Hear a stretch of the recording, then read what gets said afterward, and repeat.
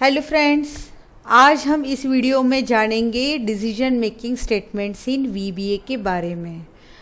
Decision making में क्या होता है, हम कंडीशन चेक करते हैं वेदर इट इज़ ट्रू और फॉल्स, और अगर ट्रू है तो हमें क्या करना चाहिए और अगर फॉल्स है तो हमें क्या करना चाहिए। हमारे डे टू डे लाइफ में भी हमें इसका सामना करना पड़ता है। अगर हम कार चला रहे हैं और अगर रेड सिग्नल आ गया तो इफ़ सिग्नल इज़ रेड तो आपको रुकना चाहिए। अगर सिग्नल रेड नहीं है, अगर ग्रीन है तो आप आगे जा सकते हैं। ओके, तो चलिए देखते हैं क्या होते हैं decision making statements. Decision making statements in VBA, ये सिर्फ वीबीए के लिए काम नहीं करते हैं, ये किसी भी प्रोग्रामिंग लैंग्वेज में सेम होते हैं। हम ये इफ़ स्टेटमेंट और ये स्विच स्टेटमेंट, ये दोनों भी स्टेटमेंट हम अलग अलग प्रोग्रामिंग लैंग्वेज में यूज़ कर सकते हैं, लेकिन इसका जो लिखने का तरीका होता है जिसे सिंटैक्स कहा जाता है टेक्निकल लैंग्वेज में, वो सिंटैक्स चेंज होते हैं लेकिन इसका लॉजिक सेम होता है। तो चलिए देखते हैं इफ़ स्टेटमेंट क्या है। इफ़ स्टेटमेंट कई प्रकार के होते हैं। सबसे पहले इफ़ देन स्टेटमेंट, फिर है if then else statement, next आता है if else if ladder statement और लास्ट है नेस्टेड इफ स्टेटमेंट। हम एक एक करके सब देखेंगे। सबसे पहले है इफ़ देन स्टेटमेंट। इसमें अगर कंडीशन ट्रू है तो ही स्टेटमेंट, उसमें हम अगर कुछ लिखते हैं स्टेटमेंट वो एग्जीक्यूट होगा और एग्जिट हो जाएगा। अगर फॉल्स है वो डायरेक्टली लूप से बाहर आ जाएगा, क्योंकि हम इसको फॉल्स के लिए कुछ स्टेटमेंट नहीं लिखते। यहाँ पे मैं एग्जांपल आपको बताती हूँ। अगर आपका एज 18 है या तो 18 से ज़्यादा है, यहाँ पे मैंने कंपैरिजन ऑपरेटर का यूज़ किया है। ओके, अगर है 18, अगर आपकी ये कंडीशन ट्रू है तो फिर यू कैन वोट। अगर ट्रू नहीं है तो वो फॉल्स कंडीशन बाहर आके sorry you can not vote और लूप एग्जिट हो जाएगा।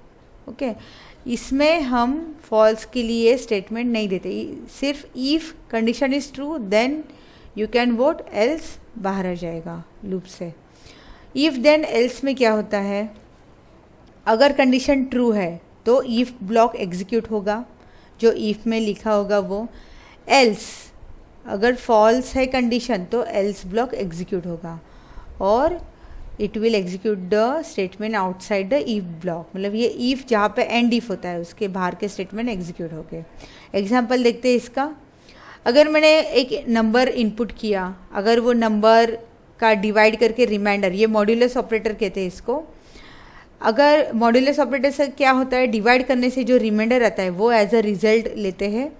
अगर नंबर 5 है, सपोज मैंने 5 इनपुट किया है, अगर उसको 2 से डिवाइड किया तो उसका रिमाइंडर आएगा 1, मतलब ये कंडीशन फॉल्स हो गई। तो ये फॉल्स के साइड में आके आउटपुट आएगा ऑड नंबर। अगर ट्रू हो गया, मतलब अगर मैंने 4 इनपुट किया तो 4 डिवाइडेड बाय 2 का रिमाइंडर होगा 0। तो ये कंडीशन ट्रू है तो आउटपुट आएगा number is a even number, और फिर ये लूप से बाहर आ जाएगा एंड इफ के बाद।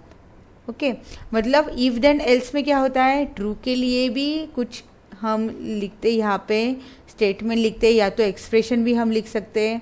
अगर फॉल्स है तो उसके लिए भी हम यहाँ पे स्टेटमेंट लिखते हैं, एक्सप्रेशन भी लिख सकते हैं।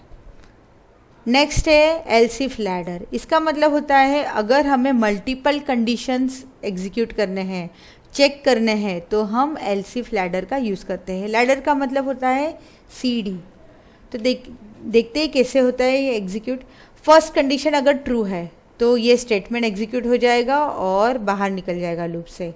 अगर नहीं है, ये फॉल्स है, तो वो नेक्स्ट कंडीशन को चेक करेगा। अगर ये ट्रू है तो ये स्टेटमेंट एग्जीक्यूट होगा, लूप से बाहर आ जाएगा। अगर ये भी फॉल्स है तो वो नेक्स्ट कंडीशन चेक करेगा। ऐसे मल्टीपल कंडीशन हम इसमें डाल सकते हैं। और लास्ट, अगर ये सारे कंडीशन फॉल्स है तो ये स्टेटमेंट एग्जीक्यूट होगा और लूप से बाहर आ जाएगा। इसमें एग्जांपल देखेंगे हम। ग्रेड्स के एग्जांपल मैंने यहाँ पे लिए हैं। अगर आपके मार्क्स हम यहाँ पे आते हैं फ्लो चार्ट में। इसको कहा क्या कहते हैं, फ्लो चार्ट, मतलब कंडीशन कैसे एग्जीक्यूट होते हैं, कैसे फ्लो होते हैं, तो वो ये फ्लो चार्ट में हम देख सकते हैं। तो फर्स्ट कंडीशन हमारे एग्जांपल में क्या है, if marks is less than 40, अगर मार्क्स आपके लेस देन 40 है तो आपके ग्रेड्स आएंगे फेल। मतलब अगर ये ट्रू हो गया तो यहाँ पे स्टेटमेंट आएगा योर ग्रेड्स आर फेल। अगर आपके मार्क्स 40 से कम नहीं है, मतलब else if marks is less than 50 है, मतलब 40 और 50 के बीच में है, तो आपके ग्रेड्स आएंगे सी ग्रेड। मतलब ये सेकंड कंडीशन हो गया, तो ये सी ग्रेड यहाँ पे आ गया। अगर आपके मार्क्स 40 और 50 के बीच में भी नहीं है, अगर आपके मार्क्स 60 और 50 के बीच में, मतलब अगर आपके मार्क्स लेस देन 60 है, तो ये थर्ड कंडीशन चेक करेगा, अगर ट्रू है तो बी ग्रेड। ऐसे हम लैडर सीढ़ी चढ़ते जाते हैं एक एक कंडीशन के, इसलिए इसको कहा जाता है एल्स इफ लैडर। ओके, ये हम हमारे एक्सेल वीबीए में भी डेमोन्स्ट्रेशन देखेंगे। और अगर ये सारे कंडीशन फॉल्स है, फिर आपके ग्रेड्स होंगे डिस्टिंक्शन। नेक्स्ट है नेस्टेड इफ। नेस्टेड इफ मतलब इफ कंडीशन के अंदर दूसरा एक इफ कंडीशन। ओके, अगर ये दोनों कंडीशन ट्रू है तो ही नेक्स्ट स्टेटमेंट एग्जीक्यूट होगा। तो यहाँ पे देखिए, ये फर्स्ट इफ कंडीशन है, ये बॉडी ऑफ इफ। अगर ये ट्रू है तो वो नेक्स्ट इफ कंडीशन में जाएगा, अगर ये भी ट्रू है तो वो नेक्स्ट इफ में जाएगा। ऐसे वो नेस्टेड मतलब एक के अंदर एक लूप में चला जाएगा। अगर ये फॉल्स है तो वो एल्स कंडीशन में जाके फॉल्स स्टेटमेंट मतलब लूप से बाहर आ जाएगा। इसका एग्जांपल देखते हैं। अगर कुछ एक रिक्रूटमेंट चल रहा है किसी पोस्ट के लिए किसी डिपार्टमेंट में, और उसका क्राइटेरिया दिया है कि अगर आपकी एज 18 से ज़्यादा है, आपको 5 इयर्स का एक्सपीरियंस है, मोर देन 5 इयर्स का एक्सपीरियंस है, और आपके मार्क्स अगर 75 से ज़्यादा है, तो ही आप ये रिक्रूटमेंट प्रोसेस में एलिजिबल है, आप ये पोस्ट को अप्लाई कर सकते हैं। Then we can add it in a nested if condition. मतलब अगर ये सारे कंडीशन सेटिस्फाई होंगे तो ही you are eligible to apply for the post. अगर एक भी कंडीशन इसमें से फॉल्स हो गई तो आप रिक्रूटमेंट प्रोसेस से बाहर आ जाएंगे। तो चलिए देखते हैं हम एक्सेल में इसका उपयोग कैसे किया जाता है। ये आ गए हम एक्सेल वीबीए में। इसको अगर हमें वीबीए में आना है तो बहुत सारे वीडियोस में मैंने आपको बताया है, फिर से हम बता देते हैं। यहाँ पे हमें एक्सेल में जाके डेवलपर टैब से विजुअल बेसिक में जाना है, और ये आ गया आपका वीबीए का एडिटर। हम यहाँ पे मॉड्यूल इंसर्ट करते हैं, इंसर्ट में जाके मॉड्यूल ऐसे, और यहाँ पे हम हमारा कोड लिख सकते हैं। तो मैंने यहाँ पे आपको प्राइवेट, ये देखो इफ देन का मैंने यहाँ पे कोड आपके लिए लिखा है। सबसे पहले मैंने ये क्या किया है, dim age as a integer, मतलब एज वेरिएबल मैंने डिक्लेयर किया एज ए इंटीजर। फिर यहाँ पे इनपुट बॉक्स में मैंने एज इनपुट किया। अगर आपका एज 18 है या तो 18 से ज़्यादा है तो you are eligible to vote. लेकिन यहाँ पे फॉल्स मतलब एल्स कंडीशन मैंने डिस्प्ले नहीं की है। ओके, फिर ये कैसे एग्जीक्यूट होता है देखते हैं। ये सिर्फ ट्रू कंडीशन के लिए ही एग्जीक्यूट होगा। अच्छा, ये मैं डिलीट कर देती हूँ क्योंकि ये इनकम्प्लीट हो गया, इसलिए इफ देन एल्स ये रन करती हूँ। एंटर योर एज, अगर मेरा एज 15 है तो वो लूप से बाहर आ गया, मतलब एल्स के लिए कुछ कंडीशन नहीं था। लेकिन अगर मेरा एज 20 है तो you are eligible to vote. Okay, ये हो गया इफ देन स्टेटमेंट। अब देखते हैं इफ देन एल्स में क्या होता है। मैंने जो एग्जांपल लिया था मॉड ऑफ 2 मतलब इवन नंबर ऑड नंबर का, वही मैं यहाँ पे डेमोन्स्ट्रेशन आपको करके दिखाती हूँ। फर्स्ट मैंने क्या किया, डीम स्टेटमेंट से नो मतलब नो नंबर वेरिएबल मैंने एज ए इंटीजर डिक्लेयर किया। फिर उसमें मैंने इनपुट बॉक्स से नंबर ले लिया। फिर इफ़ कंडीशन यहाँ पे स्टार्ट हो गया। इफ़ ब्रैकेट में डाला नंबर मॉड ऑफ 2, ये मॉड हो गया ऑपरेटर। ओके, अगर उसका रिमाइंडर 0 है तो मैसेज बॉक्स में आपको दिखाई देगा नंबर इज़ इवन नंबर, और एल्स ऑड नंबर, मतलब ये फॉल्स है कंडीशन तो the given number is odd number. ये कैसे एग्जीक्यूट होता है देखते हैं। मैं यहाँ पे 5 डालती हूँ, मतलब इसका रिमाइंडर 0 नहीं होगा। ओके, तो given number is a odd number. और अगर मैं यहाँ पे 8 डालती हूँ जो कि इवन नंबर है, हमको पता है, तो given number is a even number. Okay, तो हम इसको ट्रू के लिए भी एक स्टेटमेंट दे दिया है यहाँ पे, और ये फॉल्स, अगर ये कंडीशन फॉल्स है तो एल्स में जाएगा, एल्स लूप एग्जीक्यूट होगा और आ गया यहाँ पे given number is a odd number. Okay, अब हम लैडर मतलब इफ़ एल्स इफ़ स्टेटमेंट देखेंगे क्या होता है। यहाँ पे हम लोगों ने मल्टीपल इफ़ कंडीशन डाले हैं। सेम वे मैंने इधर मार्क्स वेरिएबल डिक्लेयर किया एज ए इंटीजर, मार्क्स में इनपुट बॉक्स में ले लिया, इनपुट लेना है हमें यूज़र से। इफ़ पहला कंडीशन लेस देन, अगर मार्क्स आपके 40 है, लेस देन 40, तो मैसेज बॉक्स आएगा you have to reappear for the exam. फिर ये अगर ये भी नहीं है, आपके मार्क्स लेस देन 40 नहीं है, तो वो नेक्स्ट कंडीशन पे जंप करेगा अपना pointer. Else if marks is less than 50 है तो आपके ग्रेड्स हो जाएंगे सी ग्रेड। अगर ये भी कंडीशन ट्रू नहीं है, फॉल्स है, तो वो थर्ड कंडीशन में जाएगा। तो इस तरह वो कंडीशन में जंप करता जाता है, चढ़ता जाता है। अगर ये सारे कंडीशन फॉल्स है, आप यहाँ पे नंबर ऑफ कंडीशन डाल सकते हैं। अगर ये सारे फॉल्स है तो ये आपको मैसेज बॉक्स डिस्प्ले हो जाएगा यू हैव स्कोर्ड डिस्टिंक्शन। ये कैसे एग्जीक्यूट होता है देखते हैं। यहाँ पे मैं मार्क्स डालती हूँ 45, 40 डालते हैं, you have scored C grade, मतलब लेस देन 40 नहीं है। ओके, अगर मैं 85 डालती हूँ मार्क्स मेरे, तो you have scored distinction.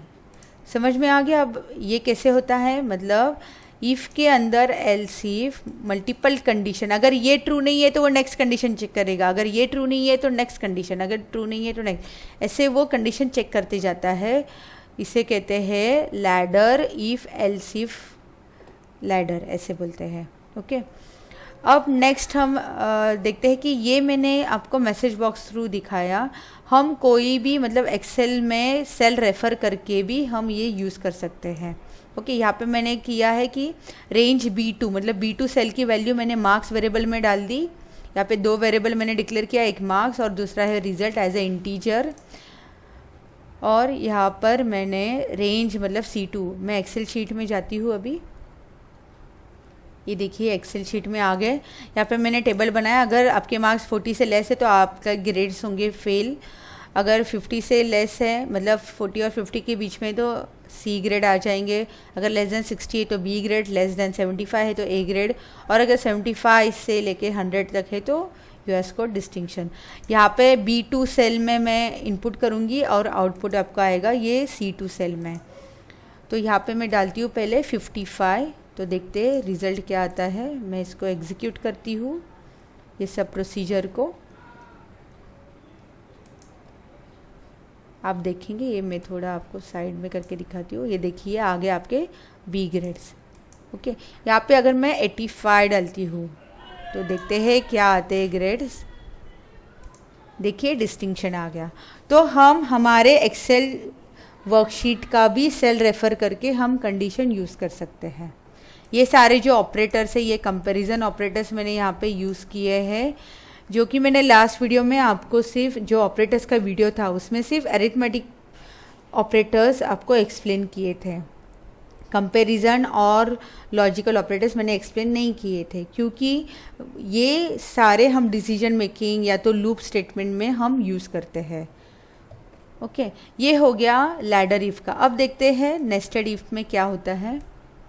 Nested if में अगर this condition and this condition, अगर मल्टीपल कंडीशन ट्रू है तो ही वो कोड एग्जीक्यूट करेगा, एल्स वो बाहर निकल आएगा लूप से।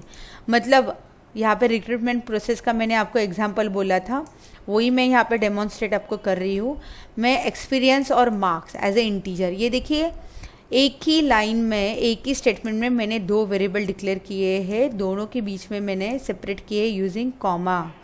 मतलब अगर सेम डेटा टाइप के अगर आपको वेरिएबल डिक्लेयर करने हैं तो हम सिंगल स्टेटमेंट में लिख सकते हैं, लेकिन अगर डेटा टाइप चेंज है, अगर ये इंटीजर होता और अगर ये स्ट्रिंग होता तो मुझे वो नेक्स्ट लाइन में लेना पड़ता था dim name as a string, okay, लेकिन ये this belongs to a same data type, फिर मैंने वो you can add multiple variables in this using a comma, हम कॉमा यूज़ करके मल्टीपल वेरिएबल डिक्लेयर कर सकते हैं, ओके। चलिए आगे देखते हैं। एक्सपीरियंस में मैंने इनपुट बॉक्स में एक्सपीरियंस में enter your experience input box में ले लिया। अगर आपका एक्सपीरियंस 5 है या तो 5 से ज़्यादा है तो ही वो नेक्स्ट कंडीशन में जाएगा, अगर नहीं है तो वो बाहर आ जाएगा, ओके। तो ही वो नेक्स्ट इनपुट बॉक्स लेगा परसेंटेज के लिए। अगर आपके मार्क्स 75 से ज़्यादा है या तो 75 है तो ही you are eligible for the post, for applying for the post. अगर ये दोनों कंडीशन फॉल्स है, अगर एक भी कंडीशन फॉल्स है इसमें से, तो वो बाहर आके आपको मैसेज देगा you are not eligible for the post. तो चलिए देखते हैं ये कैसे एग्जीक्यूट होता है, देखेंगे। मैं एक्सपीरियंस यहाँ पे डालती हूँ 4, मतलब जो 5 से कम है। मुझे मैसेज आ गया you are not eligible for the post. मैं इसको फिर से एग्जीक्यूट करती हूँ, इसको मैं 6 डाल देती हूँ, 5 से ज़्यादा। तो वो नेक्स्ट इनपुट बॉक्स हमसे लेगा 75, अगर मेरे परसेंटेज है तो मुझे आ गया you are eligible for the post. तो इस तरह नेस्टेड इफ़ काम करता है, ओके। तो आज के लिए इतना ही। हम नेक्स्ट वीडियो में देखेंगे सिलेक्ट केस, जो स्टेटमेंट कैसे एग्जीक्यूट होते हैं, कैसे परफॉर्म करते हैं VBA कोडिंग प्रोग्रामिंग में, ओके। अगर आपको अच्छा लगा होगा वीडियो तो ज़रूर लाइक कीजिए, हमारे चैनल को सब्सक्राइब कीजिए। थैंक यू, धन्यवाद।